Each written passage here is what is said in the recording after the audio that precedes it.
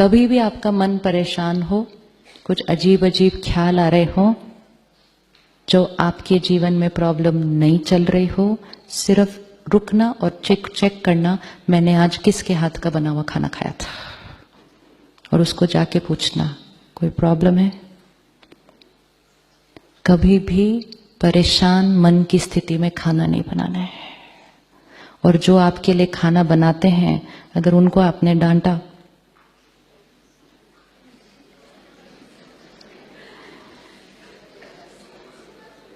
तो आपको पता है वापस किसके पास आएगा वो।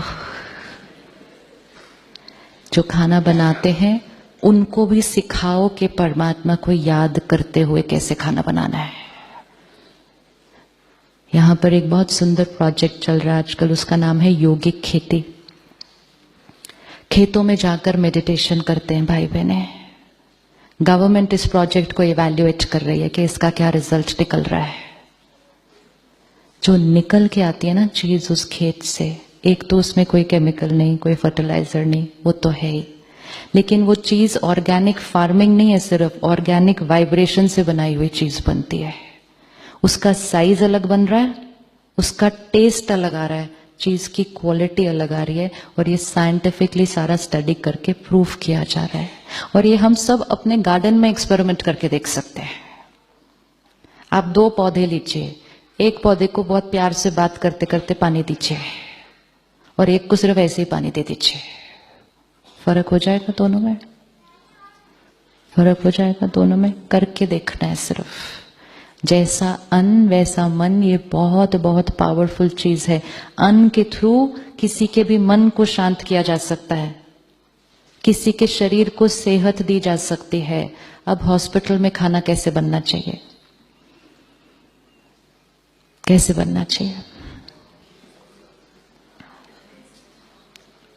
20 years back when I came very new to the Brahma Kumaris, and our family member was to be admitted in the hospital for 4 days. Bombay में एक हॉस्पिटल, तब नया नया ये कॉन्सेप्ट शुरू हुआ था कि घर से खाना नहीं लेके आ सकते, आपको हॉस्पिटल का खाना खाना है। So I just went up to the doctor and I said, I'm really sorry, हमें घर से खाना लाना है, हम यहाँ का नहीं खाएंगे। तो he felt little offended and he said, आप हमारे F&B वाले से बात करो। I said, हम नहीं खाएंगे यहाँ खाना, पेशेंट को यहाँ का खाना हम नहीं खाने देंगे। तो ही दैट F&B का जो इंचार्ज था वो मुझे किचन में लेकर गया। कहता है आप जब देखेंगे ना कि हम कितना क्लीन खाना बनाते हैं, कैसे सिस्टम से खाना बनाते हैं, ना आपके घर में ना आपके सेंटर में ऐसे खाना बनता होगा।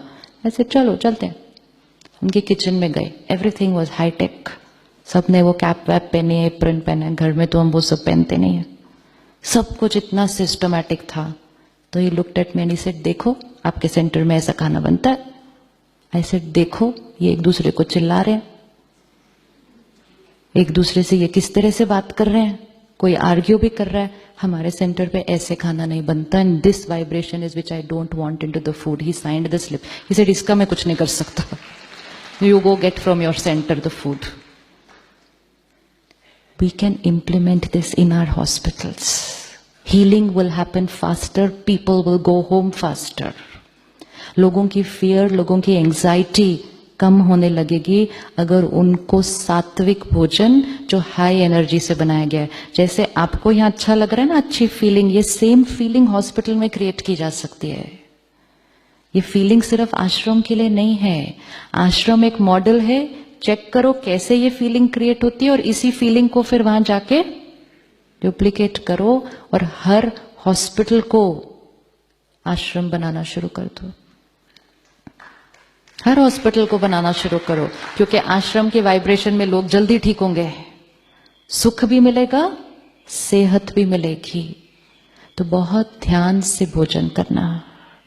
और जब कभी आपको हॉस्पिटल में खाना खाना पड़े, या इवन एक गिलास पानी भी पीना पड़े, हॉस्पिटल्स की वाइब्रेशन में बहुत ज्यादा पेन होता है, तो वो आपके खाने और पानी के अंदर है।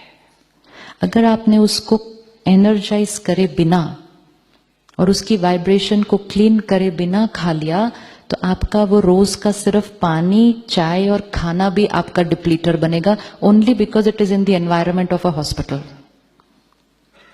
The other day I was sitting at a table, dinner table, एक फैमिली ऐसे बैठी थी 8 लोगों की. देखो हमारे कल्चर में कैसी कैसी बातें इतनी सुंदर. And the lady of the house, grandmother, बड़ी सुंदर बात बताई. कहते आजकल तो बहन हम कुछ भी खा रहे हैं, कुछ भी पी रहे हैं. पहले कहते हम क्या करते थे कि अगर हम ऐसे बैठे हैं, पानी आया, ग्लास हमने रखा, पानी पिया, आधा ग्लास बचा हुआ है, 10-15 मिनट बातें की. कहते उसके बाद वो वाला पानी नहीं पीते थे. हाँ क्यों? कहते क्योंकि 10-15 मिनट की बातें चली गई सारी उसके अंदर.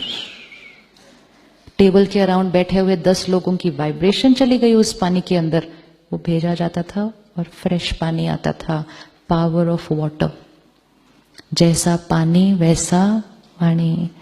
ऐसे ही नहीं लोग अपने बर्तन लेके जाते थे, अपना पानी अपने घर का पीते थे, जिसको आज हम कहते हैं ये कितने क्या थे, ये कितने क्या थे. आप जिस घर का पानी पिएंगे आप उस घर की मन की स्थिति को अपने अंदर कंज्यूम करके आते हैं. जिस भी घर का पानी पिएंगे तो उस घर के वातावरण में जो वाइब्रेशन होगी उसको भी हम पी कर आते हैं. ये साइंटिफिक प्रूफ्ड है.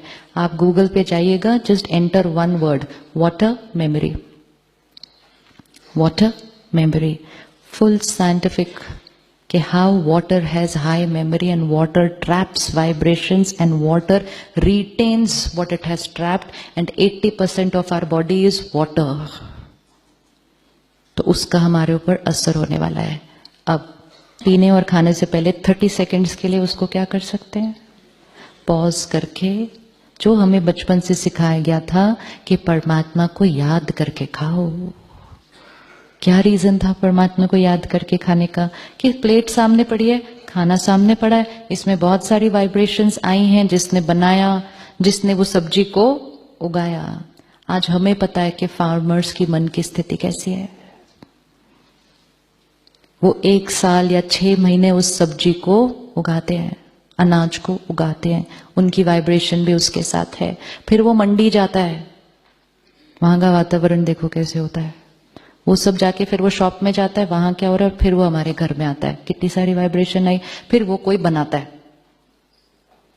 तो 4 मन की स्थिति की वाइब्रेशन आई है हमारी प्लेट के पास. अब हम क्या करेंगे, 30 सेकेंड्स के लिए सिर्फ परमात्मा को याद करके उसकी शक्तियां उस भोजन में डालेंगे.